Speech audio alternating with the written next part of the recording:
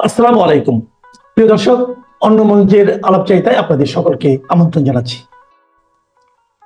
2024 সালের জুলাই অগস্টের যে সহিংস ঘটনা ঢাকায় ঘটেছিল তার মালিকানা নিয়ে এখন সহিংস অবস্থা বিরাজমান। আন্দোলন চলছে মালিকানার দাবিতে, তুঙ্গে এই আন্দোলন। কারা সেদিন জুলাই অগস্টে সহিংস ঘটনা ঘটিয়েছিল, এর পরিকল্পনায় কারা ছিল, সেটার মালিকানা নিয়ে এখন তুঙ্গে দাবিদাররা একে অপরের বিরুদ্ধে গুরুতর অভিযোগ আনছেন, একে অপরকে অস্বীকার করছেন। ডক্টর মোহাম্মদ ইউনূস সাবেক মার্কিন প্রেসিডেন্ট বিল ক্লিন্টনের গঠিত ক্লিন্টন ফাউন্ডেশনের অনুষ্ঠানে তথ্য সম্প্রচার উপদেষ্টা মাহফুজ আলমকে মঞ্চে ডেকে নিয়ে পরিচয় করিয়ে দেন যে বাংলাদেশের যে ঘটনা সেটা হঠাৎ করে কিছু ঘটে নাই, এটা মেটিকুলাস ডিজাইনের মধ্য থেকে এই ঘটনা ঘটেছে, অর্থাৎ সুপরিকল্পিতভাবে এই সকল ঘটনা ঘটানো হয়েছে এবং তার মাস্টার মাইন্ড হিসাবে তিনি মাহফুজ আলমকে পরিচয় করিয়ে দেন। এই ঘটনায় নাখোশ হয়ে যান বৈষম্য বিরোধী ছাত্র আন্দোলনের নেতা সাবেক তথ্য ও সম্প্রচার উপদেষ্টা মোহাম্মদ নাহিদ ইসলাম।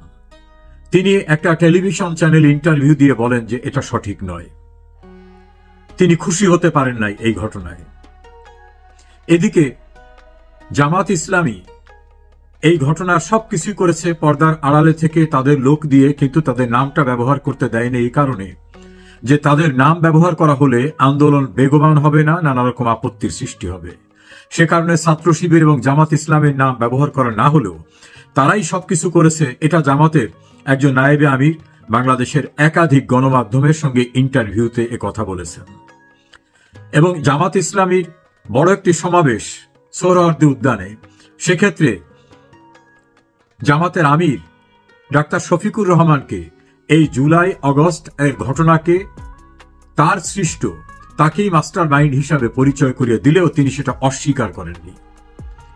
অন্যদিকে বিএনপি নেতা খায়রুল কবির খোকন তিনি খুব জোরালোভাবে বলেছেন এই আন্দোলনের মাস্টার মাইন্ড বিএনপির ভারপ্রাপ্ত চেয়ারম্যান তারেক রহমান, তারই পরিকল্পনায়, তার নির্দেশনায় সবকিছু হয়েছে।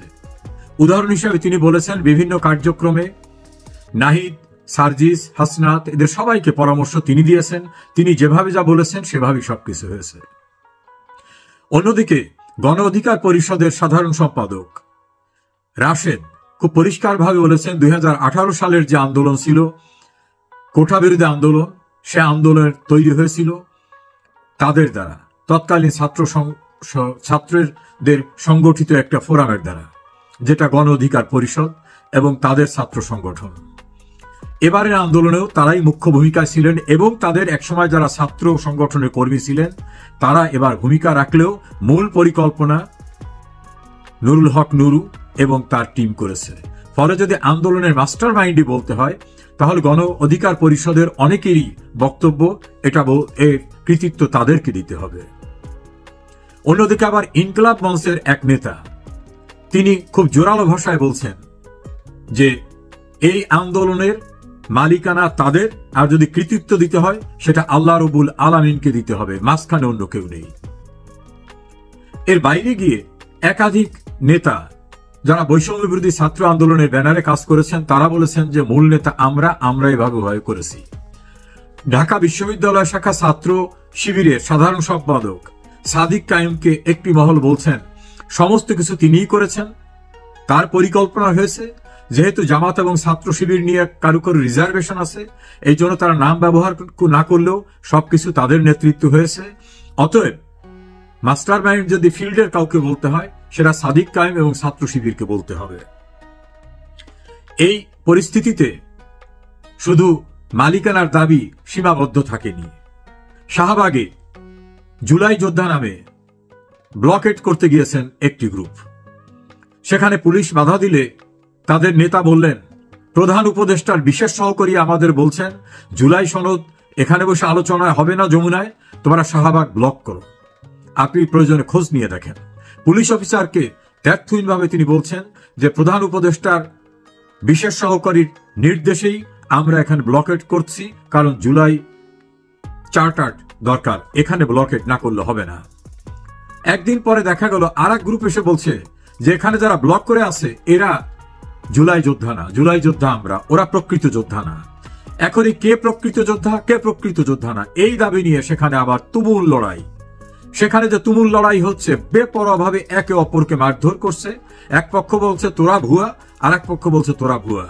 পুলিশ এসে মারধর করছে দুই পক্ষকে যে তোরা সবাই ভুয়া। জমে উঠেছে জুলাই যোদ্ধাদের দাবি মালিকানার এই আন্দোলন।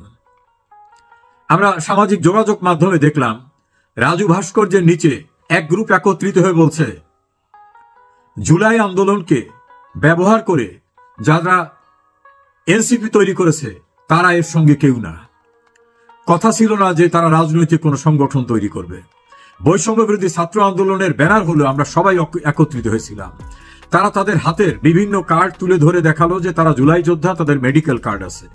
তারা সার্জিস, হাসনাত, আসিফ মাহমুদ, সজীব ভুইয়া, মাহফুজ আলম সহ সবাইকে তীব্রভাবে দোষারোপ করে তাদেরকে অকথ্য ভাষায় গালিগালাজ করে বলছে জুলাইয়ের মালিকানা নিয়ে তারা জুলাই ব্যবসা শুরু করেছে। আবার ইনকলাব মঞ্চের আর এক নেতা তিনি বললেন আমি তো কোনো প্রোটোকল নেই না, যারা বড় বড় গাড়ি নিয়ে প্রোটোকল নিয়ে মুভ করছে তাদের বিরুদ্ধে আমরা রুখে দাঁড়াবো। তারা এটাকে ব্যবসা হিসেবে নিয়েছেন, জুলাই আন্দোলনকে তারা ব্যবসা হিসাবে নিয়েছেন। আবার বৈষম্য বিরোধী ছাত্র আন্দোলনের নেত্রী, এক সময়ের মুখপাত্র উমামা ফাতেমা, তিনি বলছেন যে বৈষম্য বিরোধী ছাত্র আন্দোলনকে মানি মেকিং মেশিনে পরিণত করা হয়েছে, ডিসি পদায়নে ব্যবহার করা হচ্ছে, তদবিরে ব্যবহার করা হচ্ছে, কোটি কোটি টাকা লোপাটে ব্যবহার করা হচ্ছে। তিনি আরো অভিযোগ করলেন এ সকল পরিকল্পনায় মন্ত্রীপাড়ায় যারা জড়িত তাদের পরামর্শ রয়েছে, তাদের নিয়ন্ত্রণই রয়েছে যারা চাঁদাবাজি করছে বিভিন্ন রকম ভাবে। সব মিলে জুলাই আগস্টের ঘটনার এখন মালিকানার দাবিদার অসংখ্য মানুষ। অন্যদিকে সরকার গঠনের প্রক্রিয়া নিয়ে নাহিদ ইসলাম যে কথা বলছেন, নাহিদ ইসলামের কথার সঙ্গে মির্জা ফখরুল ইসলাম আলমগীর একমত নন। বিএনপিকে প্রস্তাব দেওয়া হয়েছিল জাতীয় ঐক্যমতের সরকার আসার জন্য। মির্জা ফখরুল ইসলাম আলমগীর বিএনপির মহাসচিব তিনি বলছেন না, ছাত্রদের কাছ থেকে এরকম কোনো প্রস্তাব আমরা পাইনি। আবার সেনা প্রধানকে যুক্ত করে যে কথা বলা হচ্ছে সেনাবাহিনীর পক্ষ থেকে সেটার সঙ্গে তারা একমত হচ্ছেন না। আবার অন্যান্য যারা এই আন্দোলনের সঙ্গে সম্পৃক্ত ছিলেন তারাও কিন্তু সেই ঘটনার সঙ্গে তাদের সম্মতি ছিলেন, তাদের সঙ্গে কথা হয়েছিল, এ কথা তারা বলছেন না। সব মিলে ওই সময় সরকার গঠন প্রক্রিয়ায় বিএনপি সেনাবাহিনীকে যেভাবে সম্পৃক্ত বলে উল্লেখ করছে নাহিদ ইসলাম, তার সঙ্গে সেনাবাহিনী বা বিএনপি একমত পোষণ করছেন না। ফলে এই জুলাই আগস্ট আন্দোলনের মালিকানার দ্বন্দ্বই এখন তুঙ্গে তারা। আর যারা এই ঘটনার সঙ্গে সম্পৃক্ত নন, পর্যবেক্ষক, বিশ্লেষক, তারা বলছেন যে এটা কোনো আন্দোলন ছিল না, এটা ছিল দীর্ঘদিনের সুপরিকল্পিত একটি ষড়যন্ত্র, একটি গণতান্ত্রিক সরকারকে উচ্ছেদের জন্য।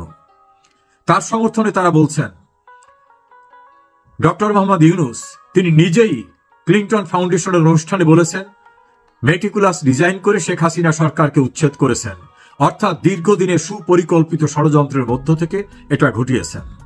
তিনি যাদেরকে এই ঘটনার সঙ্গে নেতৃত্ব দানকারী হিসেবে উল্লেখ করলেন তাদের অনেকে ইন্টারভিউ দিয়ে বলছেন আমরা একটা মেসে থাকতাম, আমাদের দীর্ঘ পরিকল্পনা ছিল, 15-16 বছরের পরিকল্পনা করে আমরা শেখ হাসিনাকে উচ্ছেদের জন্য যা করার সেটা আমরা করেছি। আমরা 5 আগস্ট শেখ হাসিনাকে উচ্ছেদ করতে না পারলে অস্ত্র তুলে নিতাম। তাদের কেউ কেউ প্রকাশ্যে বলছেন আমরা টিভি ভবনে আগুন দিয়েছি, কেউ কেউ বলছেন আমরা পুলিশ হত্যা করেছি, কেউ কেউ বলছেন মেট্রো রেলে আমরা পদ্মা সেতুতে আগুন দিয়েছি, হামলা করেছি। আমাদের টার্গেট ছিল এইভাবে অস্থিতিশীলতা সৃষ্টি করতে না পারলে শেখ হাসিনা সরকারের পতন ঘটানো যাবে না। এই দীর্ঘ পরিকল্পনা একদিনে হয়নি, দীর্ঘদিনে। যদি 5 তারিখে তারা শেখ হাসিনা সরকারের পতন ঘটাতে না পারতেন তাহলে তারা অস্ত্র তুলে ধরে সশস্ত্র যুদ্ধে যেতেন। এবং এই ঘটনার সঙ্গে কারা কিভাবে জড়িত তারও বিভিন্ন তথ্য বিভিন্নভাবে বেরিয়ে আসছে, যেটাকে বলা যেতে পারে বাংলায় যে প্রবাদটা আছে থলের বিড়াল বেরিয়ে আসছে। বিশ্লেষকদের মতে এটা ছিল সত্যি সত্যি মেটিকুলাস ডিজাইন, অর্থাৎ একটি অপরাধমূলক দীর্ঘদিনের ষড়যন্ত্রের পরিকল্পনা, সেই পরিকল্পনা নেপথ্যে স্বাধীনতা বিরোধী জামাত ইসলাম এবং জামাত ইসলামকে সহযোগিতা করা, স্বাধীনতা যুদ্ধে পরাজিত পাকিস্তান এবং আরো একটি বড় দেশ তাদের অর্থ বিত্ত সবকিছু দিয়ে এখানে সহায়তা করেছেন। সেক্ষেত্রে অভিযোগ আনা হয় জাতিসংঘের মানবাধিকার দায়িত্বপ্রাপ্ত ব্যক্তিকে, যিনি সেনাবাহিনীকে সুকৌশলে রাষ্ট্রীয় দায়িত্ব পালন করতে বিরত রাখার জন্য ভয় দিয়েছিলেন। অর্থাৎ এই মেটিকুলাস ডিজাইনের সঙ্গে জাতিসংঘের একটা উইংও সম্পৃক্ত হয়ে পড়েছিলেন। এখন তারা নিজেরা নিজেদের ভিতর বিরোধে এমন পর্যায়ে পৌঁছেছে, সবাই থলের বিড়াল বের করে দিচ্ছে। এই থলের বিড়াল বের হয়ে যাওয়ার মধ্য থেকে প্রমাণিত হচ্ছে শেখ হাসিনা যে অভিযোগ করেছিলেন যে পরিকল্পিতভাবে একটি বড় রাষ্ট্র বাংলাদেশে তার ভিত্তি রচনা করতে চায়, বেস করতে চান, সেন্ট মার্টিনে তার একটা ঘাঁটি গাড়তে চান, আমাদের পোর্টে তাদের দখল নিতে চান, বাংলাদেশের প্রাকৃতিক সম্পদের উপর তাদের চোখ পড়েছে, বাংলাদেশের এক অংশকে নিয়ে তারা নতুন করে একটি রাষ্ট্র গঠন করতে চায় যেটা খ্রিস্টান রাষ্ট্র। তখন অনেকেই বলেছিলেন যে শেখ হাসিনা হয়তো ক্ষমতায় থাকার জন্য এসব কথা বলছে, কিন্তু শেখ হাসিনার কথা যে যথার্থ ছিল আজকে সেটা তিলে তিলে সবাই প্রমাণ পাচ্ছেন।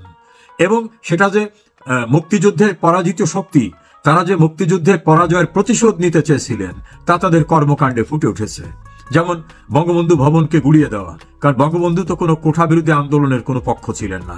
বঙ্গবন্ধুর ভাস্কর্যকে গুড়িয়ে দেওয়া, মুক্তিযুদ্ধ জাদুঘরকে ধ্বংস করে দেওয়া, মুক্তিযোদ্ধাদেরকে চরমভাবে অপমান করা, সবকিছু মিলে বাংলাদেশে মুক্তিযুদ্ধের চেতনার নেতৃত্ব দানকারী বা কোনো বৈশিষ্ট্য কোনো কিছু যাতে না থাকে সেজন্য তারা যা কিছু করণীয় সেটা তারা করছে।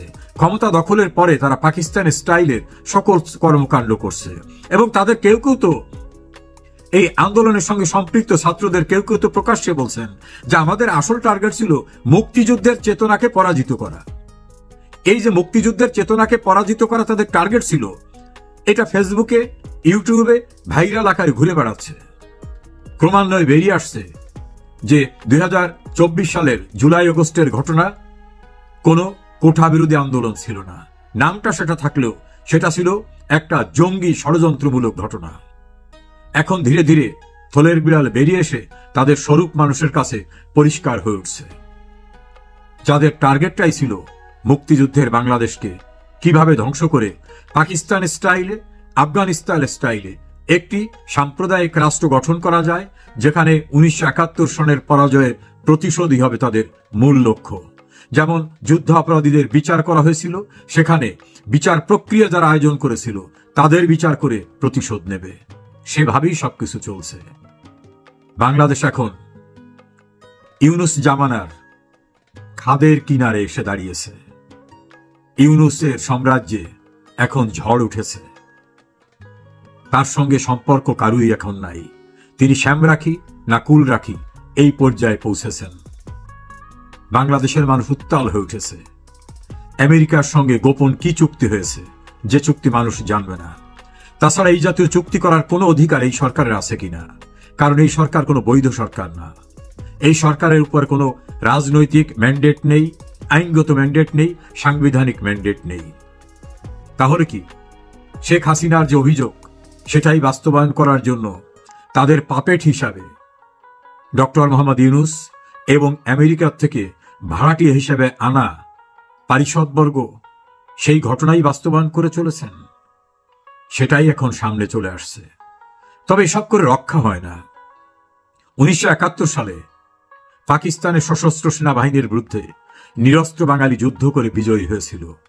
ডক্টর ইউনুসের যারা পৃষ্ঠপোষক আন্তর্জাতিক পরিসরে, সে সময় তারাও বিরোধিতা করেছিল বাংলাদেশের মুক্তিযুদ্ধের। তারা সফল হতে পারে নাই। রাজনৈতিক বিশ্লেষকদের ধারণা এবারও তারা সফল হতে পারবেন না, বরং পালিয়ে যাওয়ার সুযোগও তারা পাবেন না।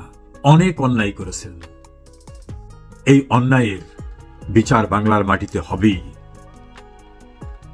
সাম্প্রদায়িক, উস্কানিমূলক, ষড়যন্ত্রমূলক জঙ্গি হামলার মধ্য থেকে 2024 সালে একটি গণতান্ত্রিকভাবে নির্বাচিত সরকারের বিরুদ্ধে যে ঘটনা ঘটানো হয়েছিল তার বিচার বাংলার মাটিতেই হবে, এটাই